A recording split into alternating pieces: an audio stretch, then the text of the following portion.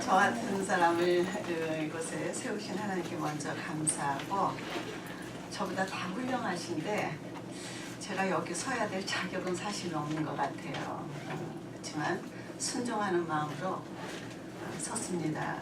1년 동안 여러 번 저한테 부탁을 하셨는데 그럴 때마다 거절을 하면서도 내 안에서 이게 내가 교만이 아닌가 이런 생각이 많이 들더라고요. 그래서 내가 좀 철 들어가는 것 같구나. 그럼 얼른 하나님 앞에 순종하자. 그래서 순종하는 마음으로 섰습니다.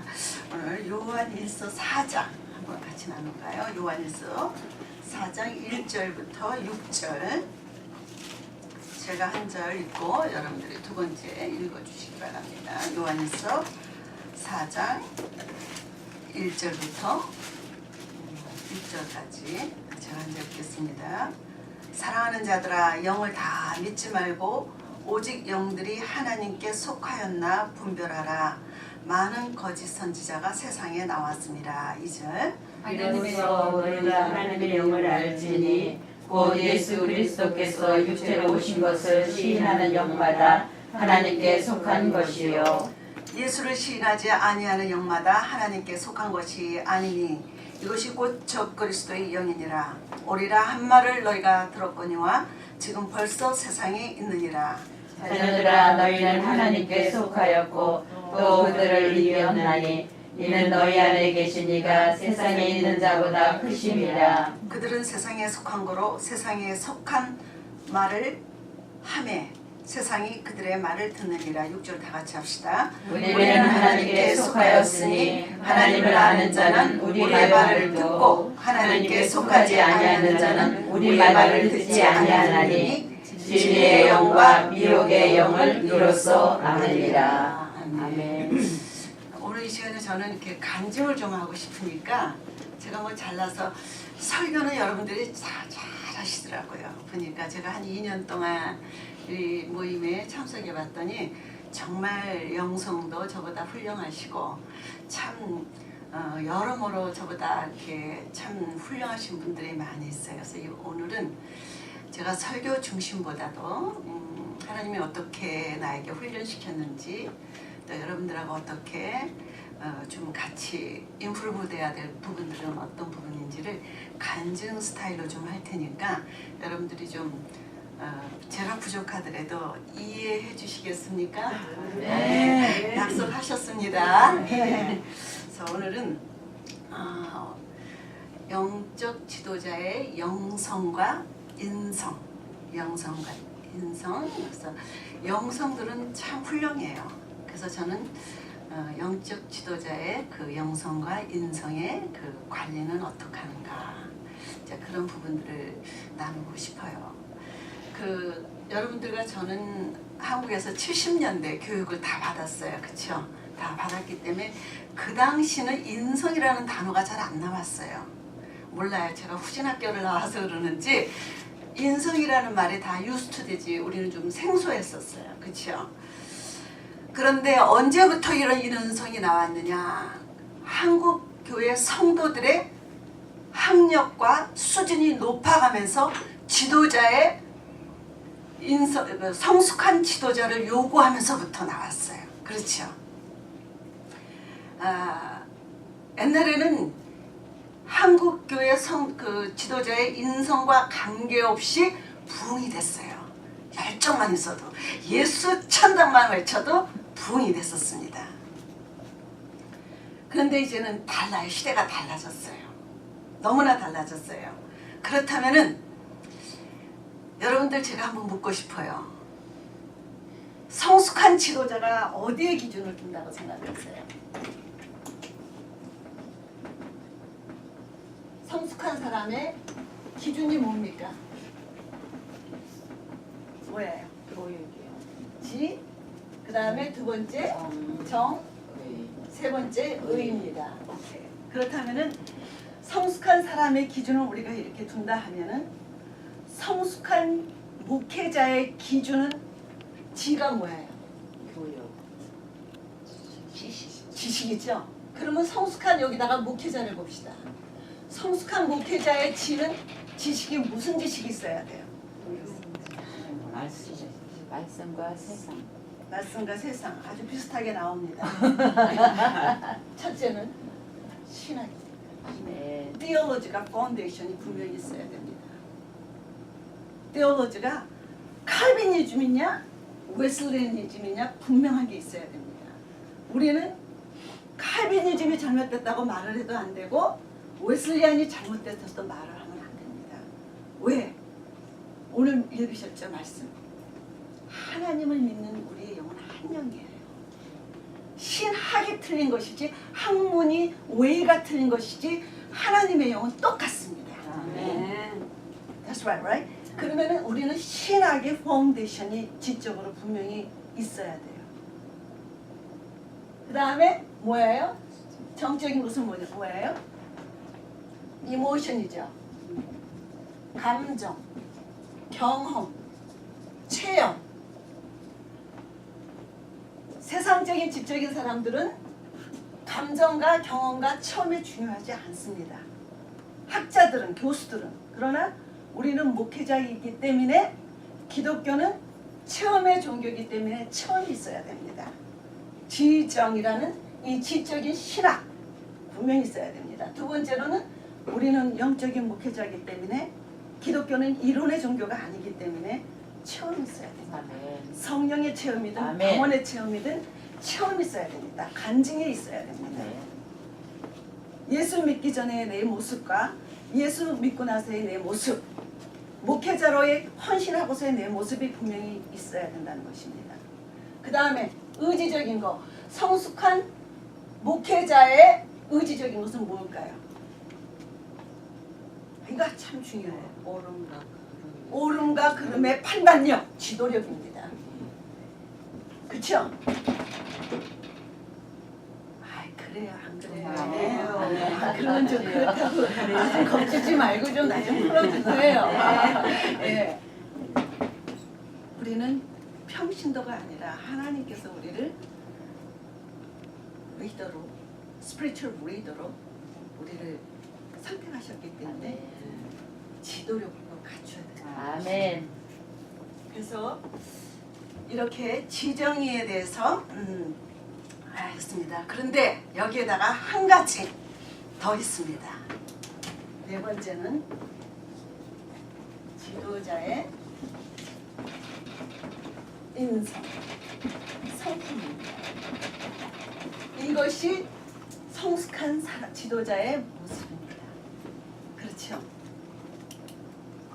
바로 오늘은 이 세 가지, 네 가지 플러스 우리 지도자는 어떻게 이 네 가지를 잘 조화를 맞추는 것인가. 쉽게 말해서 이걸 어떻게 하면서 우리가 잘 조절하면서 우리가 지도자로 살아야 되는가.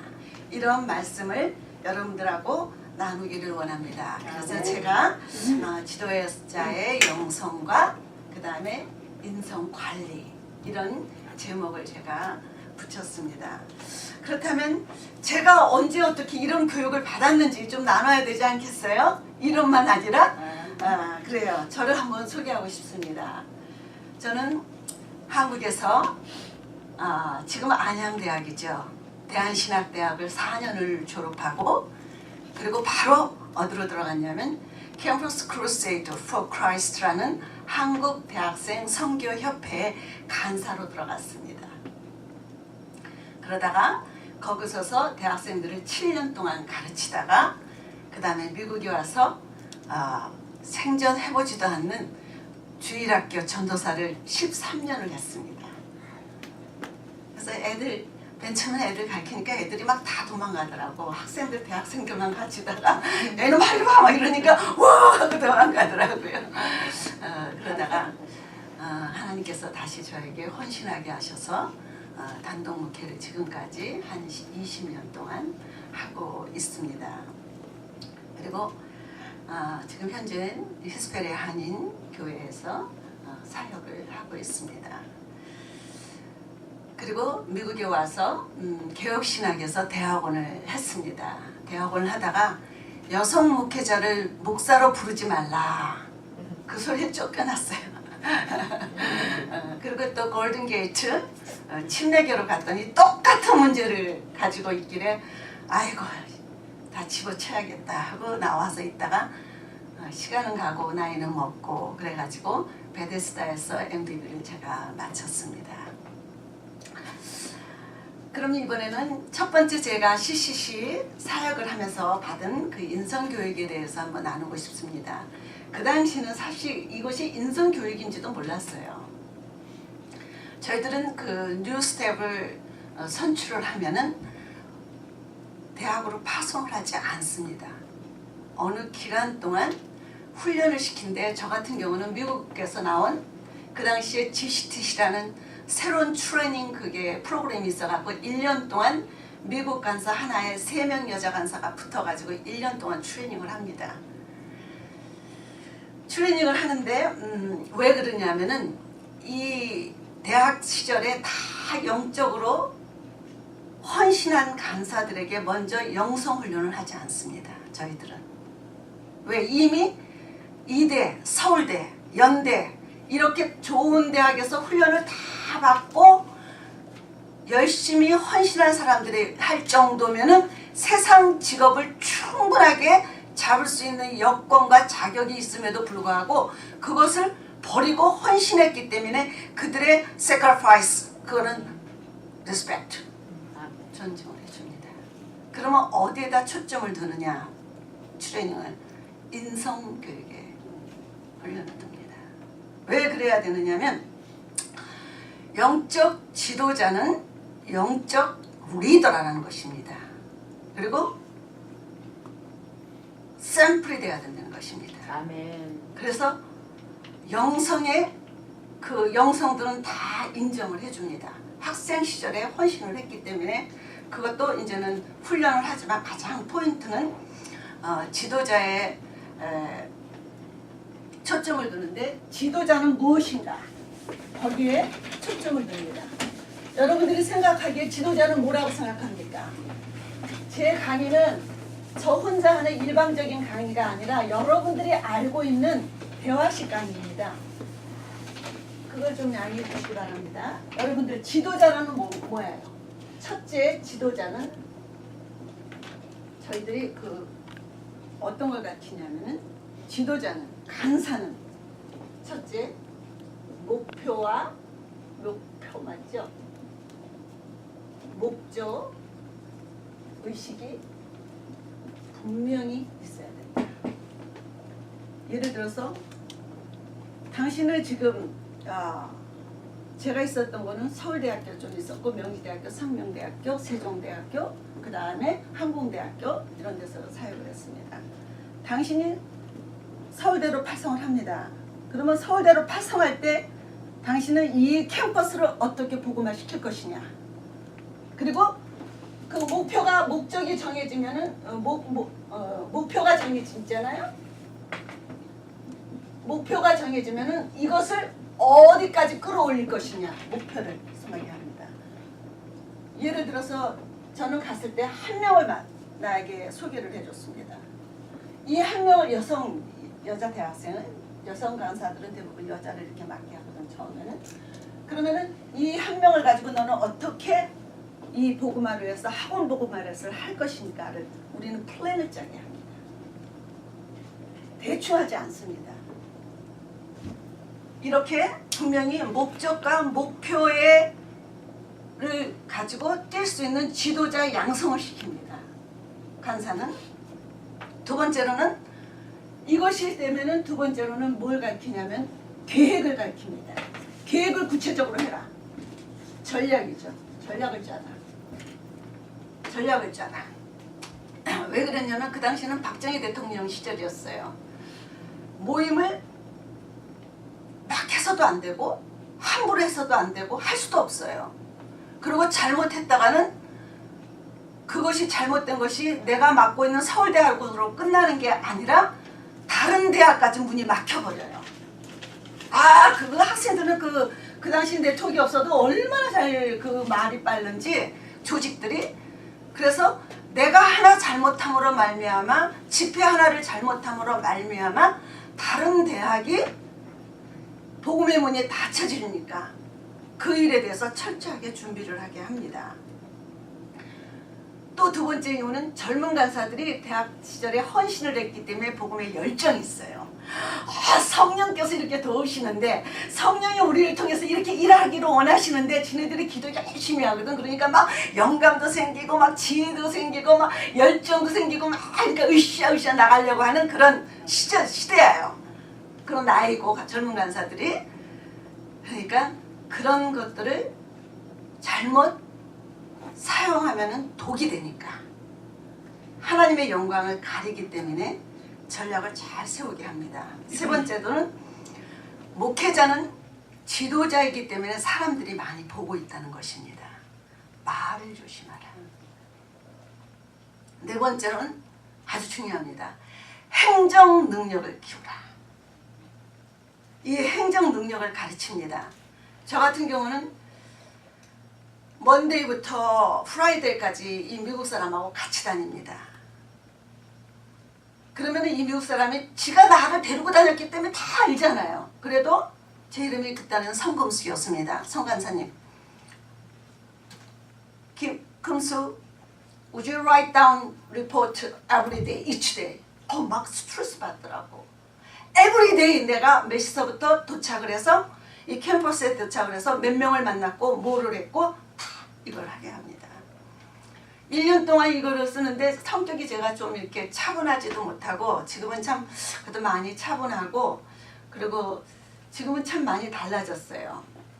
우리 장로님이 저하고 30몇 년 사는데 저보고 아이고 옛날 성읍수 다 죽었네 이렇게 많이 변했네요. 제가 참 이러지 못했어요. 성격도 칼이었고 아주 그 샤프하고 남이 이런 것도 보지도 못하고 그냥 넘어가지도 못하고 이랬었는데 이 미국 사람이 말은 안 통하는데 그런 소리 할 때마다 얼마나 그래서 싸워가지고 나중에는 결혼할 때 내가 내 결혼식에 초대도 안 했어.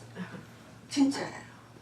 너무너무 내가 스트레스를 받아갖고 이 사람한테 병이 다 나가지고 나중에는 싸우면서 나는 왜 코리안인데 내가 왜 미국 시스템을 따라야 되느냐.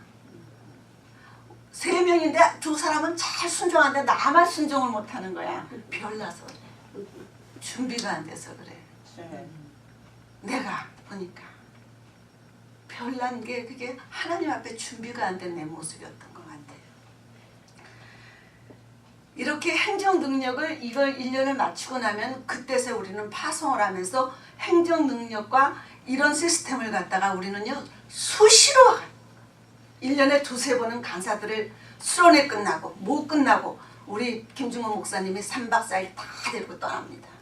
그래서 그런 것을 점검하고 행정 능력에 대해서 철저하게 가르치고 절대로 주먹구기식으로 못하게 하십니다. 왜?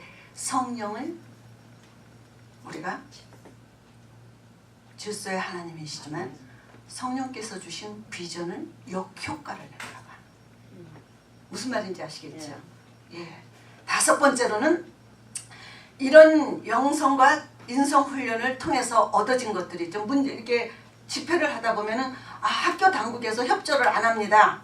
오케이, 그럼 협조 안 한다는 거 협조 안 하는 게 그게 첫 번째 기도 제목입니다. 왜 협조를 안 하냐? 박정희 대통령 때문에 그렇다. 뭐 그 당시에 그 계엄이 있으니까 그런 것 때문에 있다. 그 다음에 2번째 지도 교수가 없다. 3번째 뭐 이런 문제 이걸 다 이제는 문제를 쫙 쓰게 합니다. 그래? 그러면 그걸 가지고 간사로서 당신은 어떻게 영성을 발휘할 것인가? 예를 들어서 어떻게 기도할 것인가? 학생들하고 어떻게 그 일을 위해서 기도할 것인가를 기도하게 합니다. 금식을 하게 합니다. 그리고 산기도를 가게 합니다. 그리고 릴레이식 기도를 하게 합니다.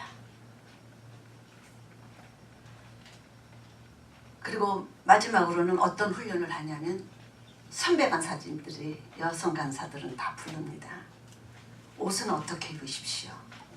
화장법은 어떻게 하십시오. 캠퍼스에 어울리도록 입으십시오. 학생들은 다 청바지 입고 가는데 우리는 무슨 정장하고 이러고 다니면 이상하잖아요. 그러니까 캠퍼스에 어울리는 옷을 입되 깨끗이 입으십시오. 그렇게 그 다음에 화장은 하되 연하게 하십시오. 이렇게 학생과 분류를 많이 차이 주지도 않으면서 간격을 거의 비슷하게 하면서 그런 훈련을 시킵니다. 그런 훈련을 받고 사역을 시작했어요. 그러니까 그 당시에는 저는 20대 초반이잖아요. 대학 4년을 졸업했으니까. 이런 것을 사회 나오자마자 그런 걸 가르쳐주니까 백지장 위에 그냥 그 스펀지처럼 빨아들인 거예요. 쫙쫙 빨아들이다 보니까 사람들이 지금의 그게 몸이 뱄으니까 사람들이 지금에 와서 뭘 오해하냐면 패스터 키미는 너무 미국적이다. 패스터 키미는 생긴 거는 한국 사람인데 너무 사무적이다. 영성이 없다. No way. 저는 10대 때 성령의 은사를 받아가지고 방언, 예언의 은사 다 체험했어요. 다 체험했어요. 한번 여러분들에게 물어봅시다. 여러분들 목회자로 안수받았으면 목회를 하거나 부사역자를 하거나 여러분들 훈련이 필요하다고 생각하세요? 필요 없다고 생각하세요? 필요하죠. 근데 그런 기간이 있었어요? 없었어요? 있었습니다. 그런 기간이 인성 트레이닝 해주는 기간이 있었어요? 있은 사람들은 축복받은 사람들입니다. 대부분의 한국교회가 그런 지도자 훈련 없이 어디로 가냐면 부교육자로, 전도사로, 행정목사로 가가지고 그 교회 목사님을 보면서 배웁니다. 그치요? 체계적이지 않은 우리나라 그 시대에 그걸 우리는 배웠습니다.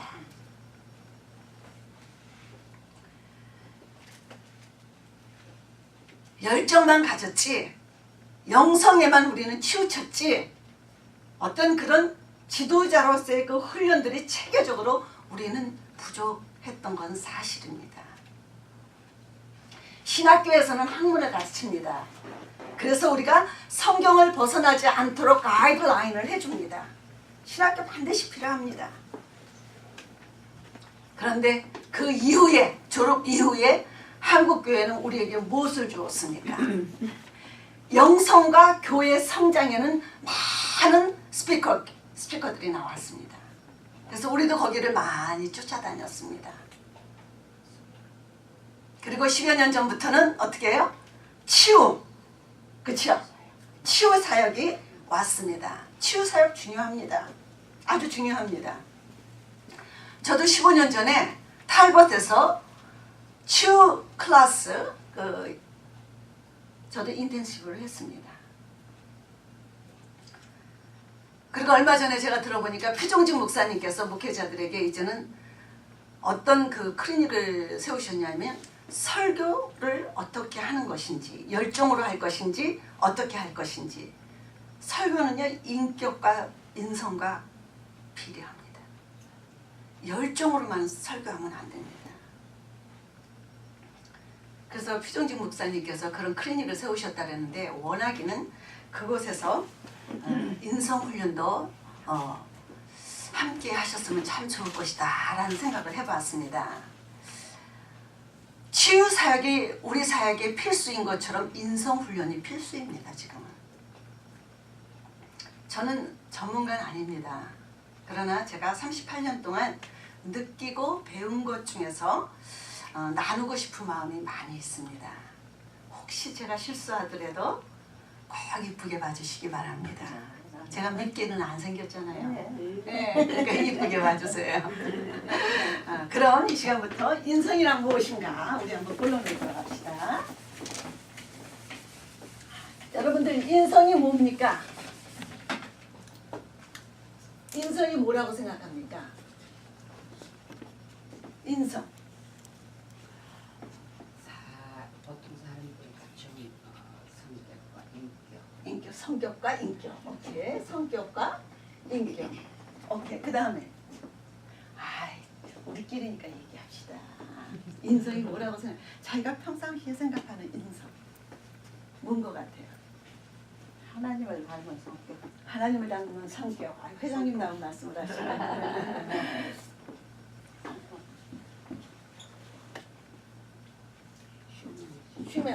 그쵸? 그러면 인성과 본질은 뭐라고 생각합니까? 본성. 본질이 아니라 본성이죠. 본성은 뭔지 아세요? 부모들이 준 DNA. 아유, 히스페리 한인교회 협동 목사님이시네요. 아유, 역시. 예. 특별히 교육 천만 안 받았어요. 부모에게 받은 DNA 바꿀 수 있다고 생각하십니까? 없다고 생각하십니까? 바꿀 수 있어. 하나님 은혜로 봐. 너무너무 성령이 충만하십니다. 부모에게 받은 DNA 발견하지 않습니다. 그러면 인성은 뭐냐면 본성과 인성으로 나눕니다. 사람의 성품을. 인성은 뭐냐면은 휴머니티. 인성은 본성을 표현하는 표현입니다. 그러면 이 인성은 표현할 때 우리 아버지가 성격이 아주 급하세요. 우리 아버지 성격 아주 급하세요. 저도 아버지 닮아서 굉장히 급해요. 또 우리 아버지는 교육을 못 받으셨어. 그러니까 있는 그대로 막 해. 근데 나는 조금 이제 교육을 받으니까 이제 약간 좀 여우가 됐어. 그러니까 그걸 조절할 줄 알아. 뭐 때문에? 교육을 받은 것 때문에. 교육을 받은. 그래서 무슨 말이냐면 인성은 성품이라고 하는데 이 성품은요 본성을 표현하는 모습이기 때문에 얼마든지 조절이 가능하다는 거예요. 그 예화로요. 그 맹자 저도 이렇게 한문을 잘 모르니까 제가 써봤습니다. 맹자 삼천지교. 나는 맹자만 알았지. 맹자 어머니가 몇 번 이사를 했어요? 3번. 첫 번째 어디에서 살았어요? 시장은 2번째야. 묘지. 아 역시 히스페리 한인교회 출신은 뭐가 다르시네. 오늘 아주 제가 놀랐어요. 우리 저기 그 에스더 목사님이 이렇게 피아노도 잘 치시는지는 몰랐는데 맞아요. 묘지 동네에 사니까 맨날 맹자가 가서 아이고 염하는 것만 배우는 거야. 하는 게 아이고 이놈 안 되겠구나. 이거 맨날 저런 짓거리를 하니 이거 내가 자식 하나 잘 키우려고 노력하는 부모인데 다 심정이 있잖아. 안 되겠다 싶어갖고 이제는 시장 쪽으로 이사 갔어. 시장 쪽으로 갔더니 얘가 맨날 또 장사하는 흉내만 내네. 아이고 이거 장사해갖고는 안 되는데 이거보다 좀 더 훌륭한 아들로 키우고 싶은데 그래서 또 이사를 했어. 어디로 갔어요 마지막? 서당. 아이고 이스베리 한인교회 목사님 뭔가 달라. 서당 쪽에 근처로 갔더니 이 아들이 제사 지내는 법을 배우고 그 다음에 예절을 배우는 거야. 예절 생전 엄마도 아빠도 가르쳐주지 않는 예절을 배우는 거야. 이게 무슨 말이에요? 사람은 환경과 교육에 따라서 사람이 배우는 거에 따라서 듣는 거에 따라서 보는 거에 따라서 어떻게 돼요? 쉽게 말하자고 우리끼리니까 얼마든지 바뀌어줄 수 있다는 거예요. 그럼 우리 성경적인 이야기로 돌아봅시다. 우리 뭐 맹자 잘 모르니까 여러분들이 잘 하시는 거 성경밖에 더 읽었어요. 그래서 우리가 알고 있는 성경 봅시다. 다윗을 한번 생각해 보세요. 다윗의 입장을 생각해 보고 다윗의 부모의 입장을 생각해 보고 하나님의 입장을 우리 세 가지 입장을 생각해 봅시다. 일방적인 걸 하지 말고 다윗이 어디 출신이에요? 무슨 출신이에요? 목동 출신이니까 잘할 수 있는 게 뭐야? 양치는 거지. 양치기였어. 잘할 수 있는 게. 그런데 다윗이 사울의 눈에 들고부터 어디서 살았어요? 왕궁에서 살았잖아. 왕궁에서 이 목동 칠 때는 양치기나 배웠지. 뭐 왕궁에서 배운 거는 뭐 배웠겠어? 뭐 배웠어? 웃지 말고 얘기해 보세요. 정치를 배웠을 거예요. 그렇죠? 그러면은 하나님의 입장에서는 다윗을 어디로 보냈어요? 왕궁으로 보냈어. 어렸을 때. 그렇죠? 왕궁으로 보내서 훈련을 시키신 거야. 이세 입장에서는 왕궁으로 유학을 보낸 거야. 맞아요, 안 맞아요? 맞아요. 그래서 다윗이 훌륭한 뭐가 됐어요? 다시 말해서 어디에서 무엇을 했냐, 어디에서 무엇을 배웠느냐, 누구를 만났느냐, 어떤 사람과 밥을 먹었느냐. 시장 바닥에서 사람들하고 밥을 먹으면 시장 바닥의 사람이 됩니다. 밥을 먹을 때 아무리 못 배웠어도, 가정이 어려웠어도 어때요? 자기보다 시장보다 좀 나은 클래스에 있는 사람하고 밥을 먹고 그러는 거예요. 좋은 이야기를 들려드리겠습니다. 경희대학교 앞에서 미약가에서 떡볶이를 장사를 하던 시골에서 올라온 사람이 있었습니다. 시골에서 이제는 못 배우니까 이제 먹고 살기도 힘드니까 이제는 아버지가 이제는 일찌감치 서울로 이제 보냈어요. 그래가지고 이제 경희대학교 앞에서 떡볶이 장사를 몇십 년 하다가 이제는 고향을 좀 방문해서 이렇게 갔더니 고향에 있던 친구들이 자기하고 너무 수준 차이가 나는 거야. 자기는 그 시골에서 정말 못 배워서 국민학교만 나오고 올라왔는데, 그리고 대학생들을 상대로 떡볶이 장사밖에 안 했는데 대학생들이 옷 입는 걸 봤고 대학생들이 말을 들었고 대학생들이 대화를 봤단 말이야. 근데 시골에 내려가니까 국민학교 같이 졸업했던 친구들이 너무 자기하고 다른 거야. 자기는 경희대 캠퍼스 안에 들어가 보지도 않았는데 어느 사이에 자기 모습이 대학생 이상의 수준이 되었다는 것입니다. 여러분들,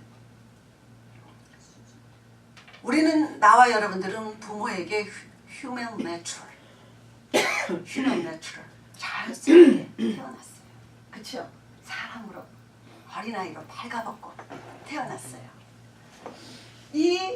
갓 태어나고 그 내추럴하게 태어난 우리의 인성들을 잘 다듬는 것이 교육일 것입니다. 그렇지 않아요? 그래서 우리 부모가 못 먹어도 너는 나보다 좀 나아라. 너는 나만큼 살지 말라. 나보다는 나은 세상을 살아라 하고 우리 부모들이 막 그냥 보따리 장사해서 구멍가게 장사해서 어렵게 힘들게 우리를 공부시키지 않았습니까? 우리도 우리 자식들을 또 그렇게 시켰고.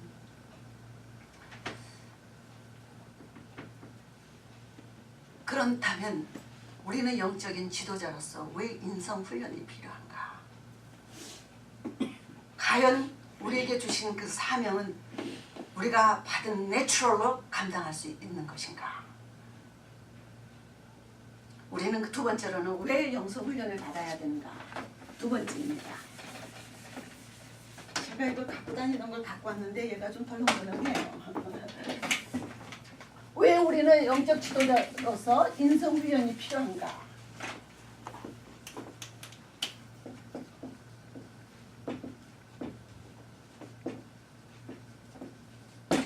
인성훈련의 필요성입니다. 첫째로는 영성의 인격을 높이기 위해서입니다.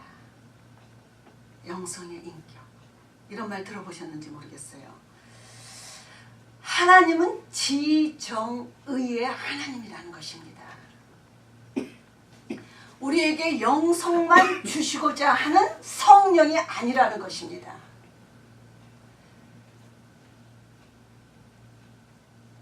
두 번째로는 영적 분별력을 키우기 위해서 인성훈련이 필요합니다. 여러분들의 영적 훈련, 그 영성훈련, 영적 그 분별력을 어디에 기준을 두고 있는지 신앙의 컬러마다 다르기 때문에 다를 수 있지만, 혹시 이런 말 들어보신 분이 있는지 모르겠어요. 여러분들도 했고 나도 했고 다 들어봤어요. 저 사람은 나하고 영이 달라. 저 사람은 영이 달라. 해봤죠? 들어봤죠? 기분 어때요? 나쁘지. 왜 나빠요? 자기가 모르는 사람이 근데 오늘 성경 말씀 뭐 읽었어요? 성령은 하나를 아이고, 오늘 히스패리 한영기 목사님이야. 빛난다, 빛난다. 네, 보니까 빛나네.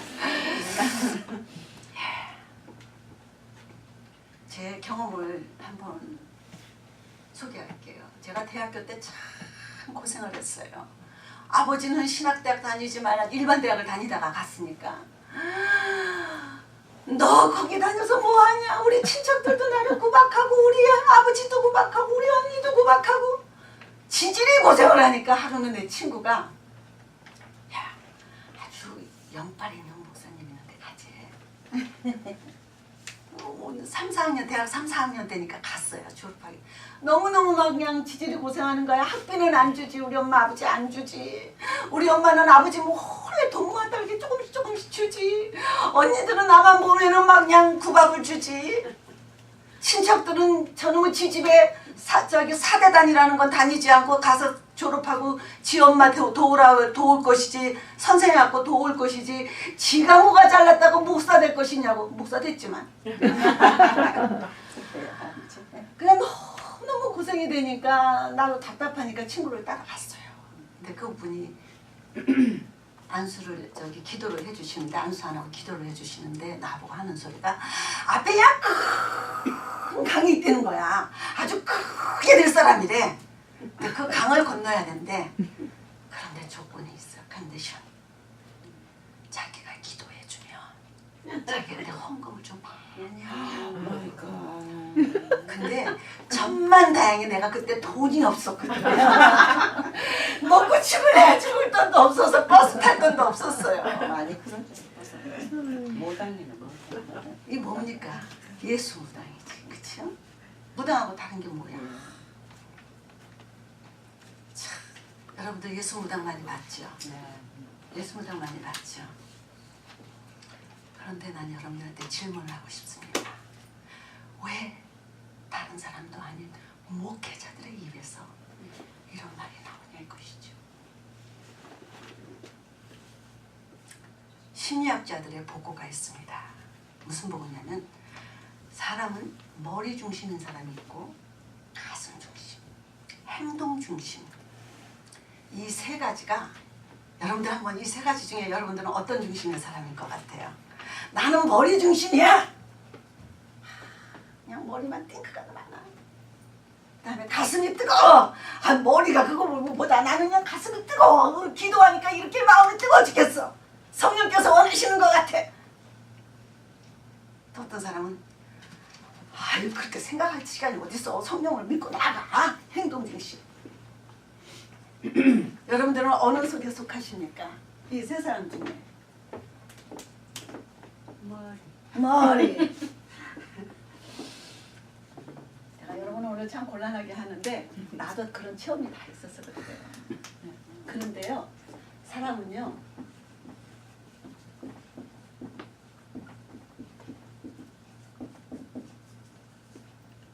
누구든지 다 이중성이에요. 머리는 그렇게 하는데 누가 미운 사람 아유 저거 미워 죽겠어 괘씸해 죽겠어. 근데 내 앞에 오면 어때요? 아, 안녕하세요.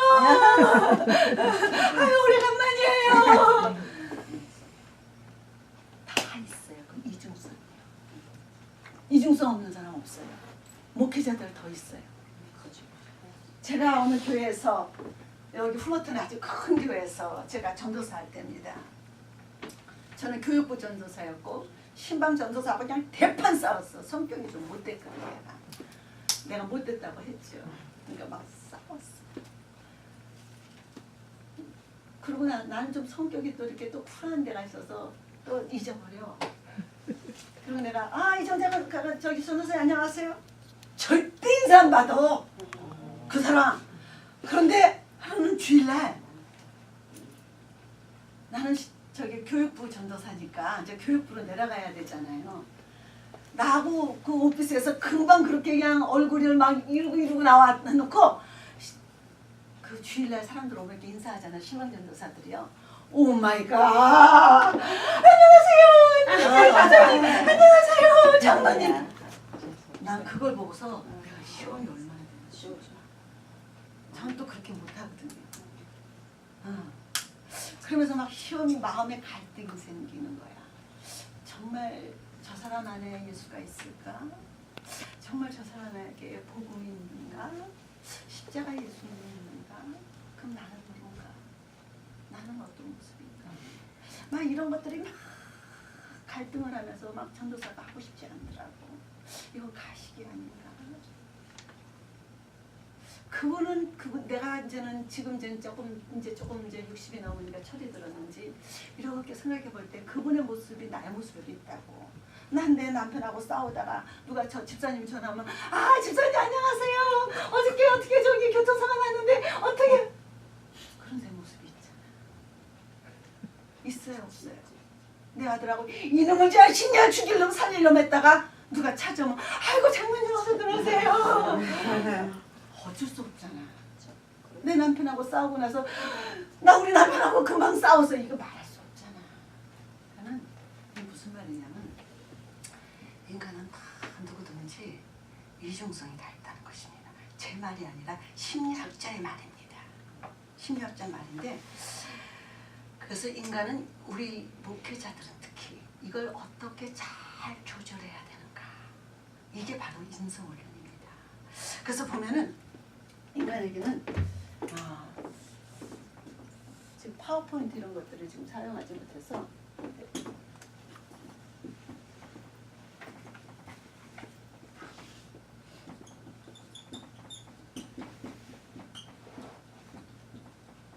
생각 깨달아 어떠한 것을 딱 깨달았어. 생각이 났어. 그 다음에 여기는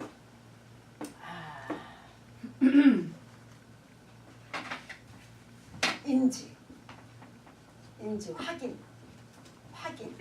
이거는 행동. 어떠 하나를 딱 깨달았어. 그것이 이게 A고 B고 C야.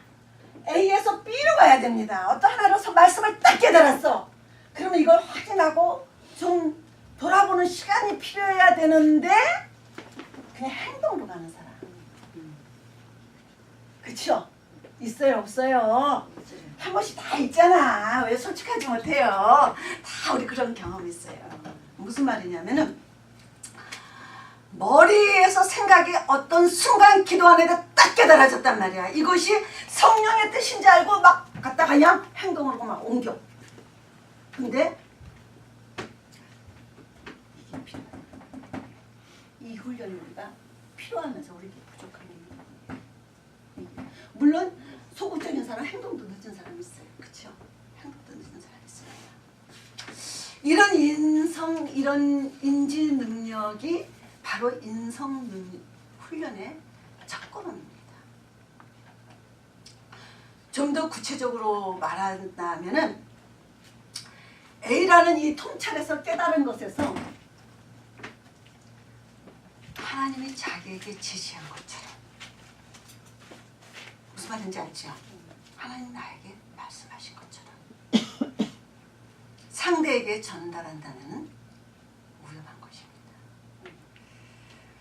하나님의 뜻이냐 아니냐의 기준이 어디 있냐면요. 잘 보세요. 우리가 우리 자신에게 솔직해 봅시다. 이 시간에. 내가 싫으면 하나님 뜻 아니요. 내가 좋아하는 건 그것도 하나님의 뜻이요. 이런 너무 많이 하죠. 그 기준이 뭐예요? 내가 싫어하는 것과 내가 좋아하는 것이 그게 기준이 다 있기 때문에. 그런데요. 참 이런 오류를 많이 범하는 사람이 누군지 아세요? 누군 것 같아요? 예? 누굴 거라고 생각해요? 예? 예? 누굴 것 같아요? 목사들. 잘 안 들려요. 말씀해 보세요. 목사들이요. 목사들 중에서도 네. 성령 받았다는 사람, 성령의 역사를 행한다는 사람.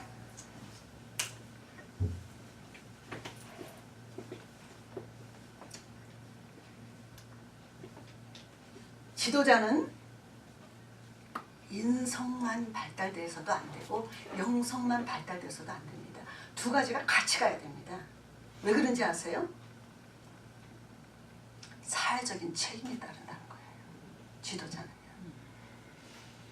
몇 년 전에, 십몇 년 전에 저는 지금 예화를 들거나 이런 게 모두가 들은 게 아니라 제 주변에서 일어났던 일입니다. 내 삶 속에서 일어났던 일입니다. 제가 아는 C라는 목사님이 평신도 때부터 제가 잘합니다. 은혜를 받았어. 성령을 받았어. 근데 누가 아는 사람이 중국에서 왔어. 중국에서 왔는데요. 그 목사님, 선교사님, 사모님이 우울증이야. 근데 그걸 불받아라! 기도하십시오! 결국 어떻게 됐어요? 우리 다 알잖아요. 귀신이다! 해갖고 어떻게 했어요? 죽었어요. 20몇 년 전에 일어났었잖아요. 그래갖고 감옥에 갔잖아요. 그랬을 때 한국 교계는 침묵하고 있었습니다. 미주 교계는 침묵하고 있었습니다. 제가 탈벗에서 인텐시브 클래스를 했다 그랬죠. 제가 3가지 정확하게 배운 게 하나 있습니다. 첫 번째는 트라우마. 여러분 트라우마가 뭔지 아세요? 우리 한국 사람들 툭하면 트라우마 트라우마 하는데 트라우마가 뭔지 아세요? 트라우마가 뭔지 아세요? 상처. 어떤 상처? 상처는 상처예요. 어떤 상처예요? 네? 충격에 의해. 아, 좋습니다. 아유, 여기는 목사님들 너무 훌륭한데 제가 그냥 여기서 지금 예. 충격에 의한 상처인데 이거는 뭐냐면은 정신적 충격입니다. 이건 뭘 필요하냐면 메디컬 오더가 필요합니다. 약물이 치료가 필요합니다. 우울증은 트라우마예요? 뭐예요?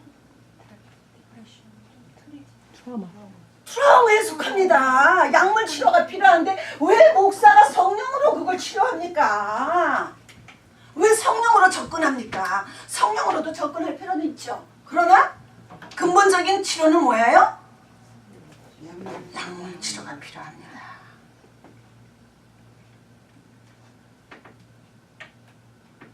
두 번째 사례입니다. 어느 성도가 10년 동안 누가 자기를 죽인다는 거야. 정말 자기를 죽이려고 그러는 거야. 직장에 가서도 사람들을 자기 보면 수근수근거리는 것 같고 자기 차에만 타이어에 빵꾸만 내는 것 같고 누군가 자기를 죽이려고 한다는 거야. 그리고 마켓에서 사는 모든 것들이 90%가 독이 있으니까 시리얼까지 씻어서 먹더라고요. 끓여서 먹고요. 어쩌면 끓여서 먹지요. 이런 사람 나한테 왔어요. 몇 달 전에. 와, 감당하기 힘들대. 스트레스가 막 받대. 그래서 내가 가만히 한 달 동안, 2달 동안, 3개월 동안 두고 보니까 모든 사람들은 다 이 사람이 영적으로 잘못됐다 그랬거든. 형제도, 친구도, 목회자도. 그러나 아무래도 내가 볼 때는 영적인 게 아니에요. 그래서 내가 내 친구들이 또 있어. 의사들이. 딱 다 나 좀 만나. 왜? 나 좀 만나. 이런 사람이 있어. 내가 보기에는 심각한 피해망상증이야. 그랬더니 아이고 조금 그래도 낫네. 나보고 하는 소리가 목사님 많이 발전됐네. 왜 그랬더니 피해망상은 맞는데 거기 하나 더 붙여서 정신질환 피해망상이라는 거예요. 근데 이분은 집사님은 10년 동안 목사님들도 만나보고 상담도 해봤고 만날 때마다 목사님들이 기도하십시오. 성령 충만을 받으십시오. 기도하고 해결해야 될 문제입니다. 잘했어요. 집사님, 나하고 약속합시다. 당신 우울증 아닙니다. 근데 우리 딸들도 나 우울증이라고 어느 집사님도 나보고 야 영적으로 잘못됐다. No! 당신은 안 그렇습니다. 나는 목회자인데 나를 따라오십시오. 나한테 약속해 주십시오. 나하고 정신과 닥터에 상담받을 걸 약속해 주십시오. 약물 치료가 필요한 것입니다. 목사가 그냥 영적으로 해결해야 될 문제가 아닙니다. 이런 분들은 충분히 약물 치료를 하면은 충분히 회복될 가능성이 있는데 왜 영적으로 접근해서 찾고 있냐 이거예요. 목사가 영성으로만 접근하니까, 영성만 알고 있으니까, 인성 부분이 발달되지 않았으니까. 이런 트라우마는 영성 접근해서는 안 됩니다.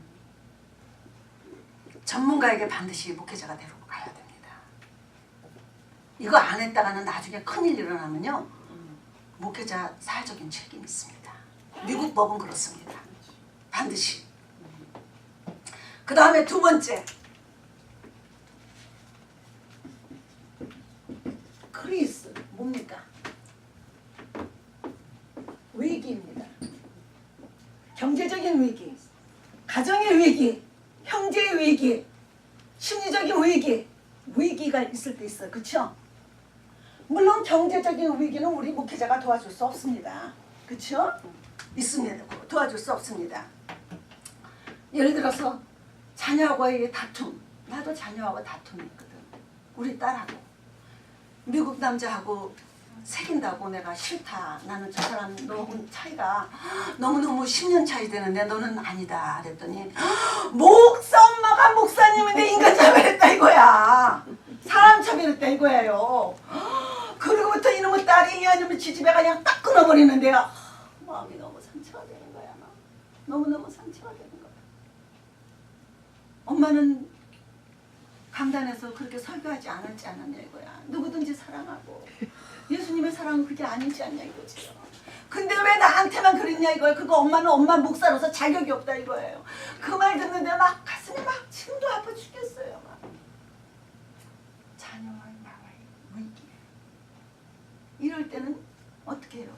누군가 상담자를 타셔가서 내가 상담자가 돼줄 수도 있고, 그렇죠? 가정에서 오는 위기, 그러나 남편과의 위기, 아내와의 위기는 다릅니다. 믿음으로 극복해야 될 위기가 있고 크리스가 있고 그렇지 않은 것이 있습니다. 이게 무슨 말이냐면요, 제가 목회를 하는 동안에 한 성도가 전화가 왔습니다. 우리 남편이 나를 때린다는 거예요. 그래갖고 정말 신발도 벗고 막 나와가지고 공중전화를 건다는 거예요. 목사님 빨리 오셔가지고 자기 좀 도와달라는 거예요. 저는 그때 너무너무 기특하게 잘한 것이 하나 있습니다. 절대로 가지 마십시오. 목회자는 부부싸움에 개입해서는 안 됩니다. 그런데 목회자가 해야 될 분명한 일이 있습니다. 옆집에 가서 공중전화로 혹은 가서 폴리스를 부르십시오. 그러지 않고 들어가십시오. 들어가서 남편하고 손잡고 기도하십시오. 교회로 오십시오. No way. 교회는 분명히, 미국은 여러분들도 아시겠지만 목회자는 사회적인 책임이 분명히 있습니다. 우리 한국교회가 아직까지 그 부분을 타치를 안 당하고 있는데 미국은 분명히 사회적인 책임이 목회자에게 있습니다. 우리 목사님이 교회 오라고 했어요. 우리 목사님이 기도만 하라고 했어요. 우리 목사님이 들어가서 남편을 사랑하라고 했어요. 그러면서 더 싸워갖고 맞아갖고 죽어갖고 상처당하고 우리 목사님이 그러라고 했어요. Who's gonna do that?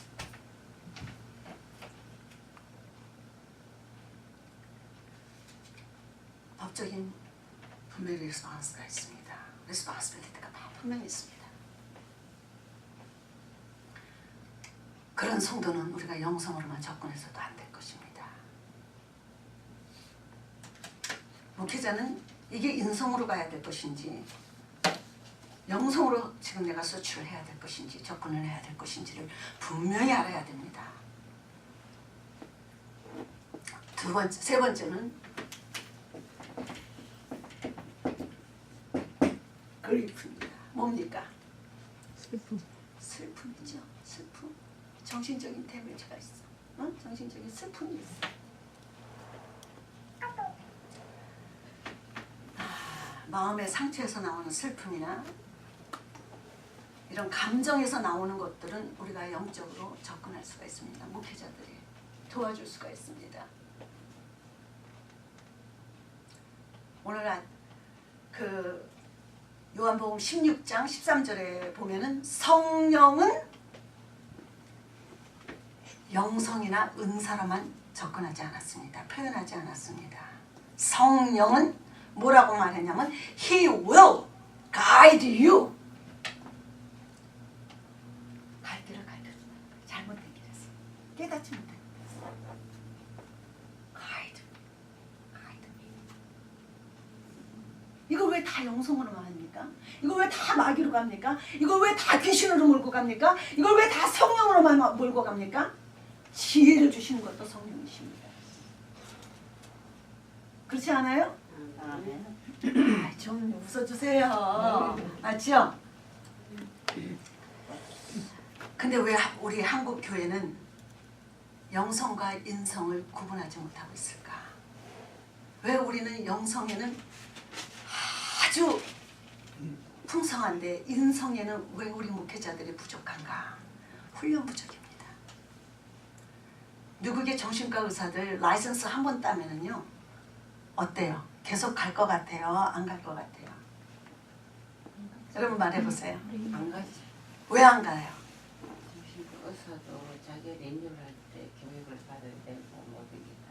참 산동네 사람들이 참 이상하게 오늘 참 똑똑해. 저기 산동네에서 왔는데 예, 정신과 닥터들 라이선스 리뉴얼 할 때 에듀케이션, 컨티뉴얼 에듀케이션 프로그램을 반드시 해야 됩니다. 그리고 주기적으로 다른 정신과 닥터한테 가서 상담을 받습니다. 그 다음에 라이선스 상담자도 그렇습니다. 저는 부동산을 오래 했습니다. 브로커 라이선스가 있습니다. 4년에 한 번씩 반드시 교육을 받습니다. 법이 바뀌었기 때문에.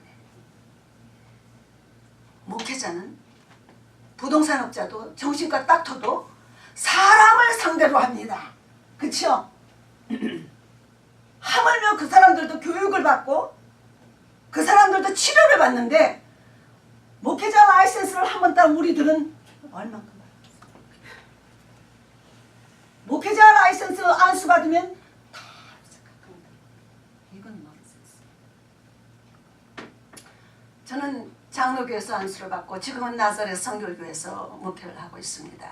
10년째 나사렛 선교교단에서 하고 있는데 우리 미국 프로그램에는 Past Continuous Education을 반드시 해야 됩니다. 인성훈련도 해야 되고 영성훈련도 해야 되고 행정훈련도 해야 되고 그 다음에 거기서 리타이어 플랜을 내가 얼만큼 지금 부었는지도 훈련받아야 되고 헌금관리를 어떻게 하는지도 배워야 되고 문제가 있는 성도들을 어떻게 관리해야 되는지도 배워야 됩니다. 내 문제, 가정의 문제, 남편과의 문제, 자녀와의 문제, 동역자의 문제도 클리닉을 받게 합니다. 목회자들이 없는 것 같죠? 절대로 그렇지 않습니다. 그래서 미국은 신학대학이 없습니다. 바이블 컬리지는 있습니다. 이게 무슨 말이냐면 인성훈련을 대학 캠퍼스에서 받으라 이거예요. 좀 더 구체적으로 말하면 theology는 신학은 세상 모든 학문의 우위에 있으니까 세상 학문을 이해해야지만 이걸 받을 수 있다는 거예요. 이해가 된다는 거예요. 할렐루야. 아멘.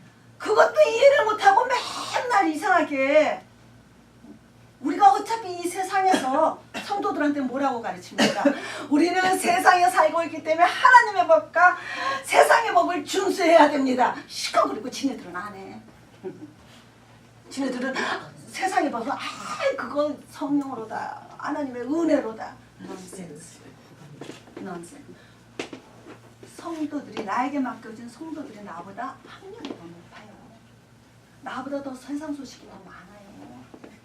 나는 저기 스마트폰 잘 못해도 세상 사람들은 너무너무 잘해요. 그래 안 그래요? 근데 우리는 아이고 나는 은혜만 즐기는 줄 알고 그런 거 세상 건 못해요. 넌센스. 목회자들은 잘난 척도 제가 이제는 우리 저기 이선장 목사님, 선배 목사님 앞에서 내가 주름 잡는 것 같아서 죄송하지만 너무 아는 척해도 안 되겠지만 너무 모른 척해도 안 돼. 알아도 모른 척, 몰라도 아는 척 이렇게 해야 될 때가 있어. 그쵸 목사님? 그렇죠? 체키 목사님 잘하시더라고요. 알아도 모르는 척. 그다음에 몰라도 아는 척 해야지 지도자서 또 인정을 또 해줘. 지네들이 우리 그렇게 만드는지도 모르고. 그렇죠? 우리가 사도행전 17장에 보면 바울이 그리스에 갔을 때 철학자들을 만났어요. 아리스토텔레스 그런 철학자들, 필로소피한 사람. 근데 거기서 왜 하나님은 베드로를 안 보내고 안드레를 안 보내고 마태를 안 보내고 왜 바울과 같은 사람을 보냈을까? 바울은 그만큼 세상 지식도 많았어. 얼마든지 누구든지 왕을 상대해도 누구를 상대해도 요만큼도 뒤지지 않을 그 정도의 뭐가 있어요? Ready, ready. 준비됐다는 것이. 우리 목회자들은 지도자입니다. 지도자입니다. 요즘에 세상에 나오는 소식 모른다 그래서 성령 충만한 거 아닙니다. 절대 그렇지 않습니다. 그렇다고 그 우리 성도들이 우리 인정해 주냐? No way. 바울이 상대한 사람들은 바울을 뒤지지 않게 하셨습니다. 하나님은. 바울이 그만큼 준비된 사람이었기 때문에. 바울은 학문적으로 유학을 했고 학문적으로 뛰어났고 학문적으로 준비된 사람이기 때문에 바울 신학이라는 바울 서신이라는 엄청난 신약에서부터 지금의 현재 이르기까지 앞으로도 주 예수 그리스도가 이 땅에 오시는 날까지 존재할 것입니다. 아멘. 여러분들 오늘 제가 드리는 것은 인성이 무엇인가, 인성이 왜 필요한가, 이 정도입니다. 이것은 제가 한 학기 이상 할 수 있는 분량입니다. 그런데 1시간에 걸쳐서 이걸 한다는 건 불가능합니다. 저는 오늘 구체적으로도 하지 않았습니다. 제가 이 모임에 한 2년을 나왔습니다. 2년 나오면서 제가 느낀 것이 뭐냐면은 우리가 1시간, 2시간 모인다고 합시다. 예배가 30%입니다. 기도하고 그 다음에 회의가 20%입니다. 먹는 게 50%. 먹고 아니죠. 그렇다면 이 모임은 어떤 모임입니까? 식당에 앉아서 먹고 얘기하고. 왜 한국교회가 여성 목회자들 선호하지 않을까요? 영성의 문제가 있어서 그렇다고 생각하십니까? 그러면 영성의 문제는 몇 프로입니까? 인성의 문제가 있다고 생각하십니까? 인성의 문제는 몇 프로입니까?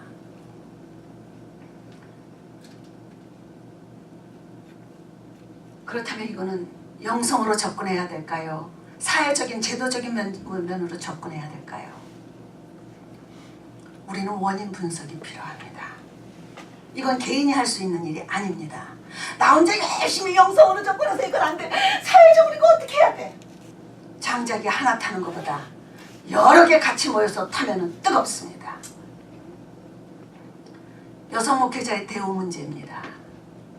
왜 남성 목회자들은 가족 수당까지 다 받아가는데 여성 목회자들은 무료 봉사를 원합니까? 왜 여성 목회자들은 큰 교회 가서 협동 목사 이름이라도 좀 올려주세요 해야만 됩니까? 세 번째, 여성 목회자는 성경적이냐 비성경적이냐, 이 문제는 누가 해결을 해줘야 될 건가요? 이게 영성으로 해결된다고 생각하십니까? 열심히 성령 충만해 보세요. No way. 댄스가 없을 것입니다. 이런 문제를 나누기 위해서라도 분명히 여성 파스터 어소시에이션에 분명한 목적과 목표가 있어야 된다고 생각합니다. 여성 목회자들은 50%로 밀고 나갈 것이냐, 30%로 밀고 나갈 것이냐, 20%로 밀고 나갈 것이냐, 우리는 점검해보지 아니할 수가 없습니다. 여러분들은 다 각자 교회에서 맡겨진 사명으로 다 사역을 하고 있습니다. 이곳에 모이시는 목표가 무엇입니까? 목표를 위해서 2년 동안 무엇을 하셨습니까? 그러면 앞으로 무엇을 해야 될 것입니까? 그런 퍼포스가 분명해야 된다고 저는 생각합니다. 저는 참 마음의 생각은 있지만 제 몸이 참 약합니다. 지난 3주 동안도 신장염으로 아프다가 어제도 설교를 못했습니다. 지난주에도 못했습니다. 이 모임을 가야 될까 가지 말아야 될까 참 많이 갈등을 했습니다. 그런데 가서 쓰러지더라도 가서 하나님 나에게 주신 생각을 요만큼만이라도 나누자. 여러분들한테 얼만큼 도움이 됐는지 나는 모릅니다. 그러나 분명한 것은 한국 여성 목회자들은 그 다음에 우리 한국 남성 목회자들에게도 필요한 것은 영성의 분별과 인성의 훈련일 것입니다. 이런 훈련을 여러분들이 기회만 된다면 더 함께 나눌 수 있는 기회가 되었으면 좋겠습니다. 감사합니다.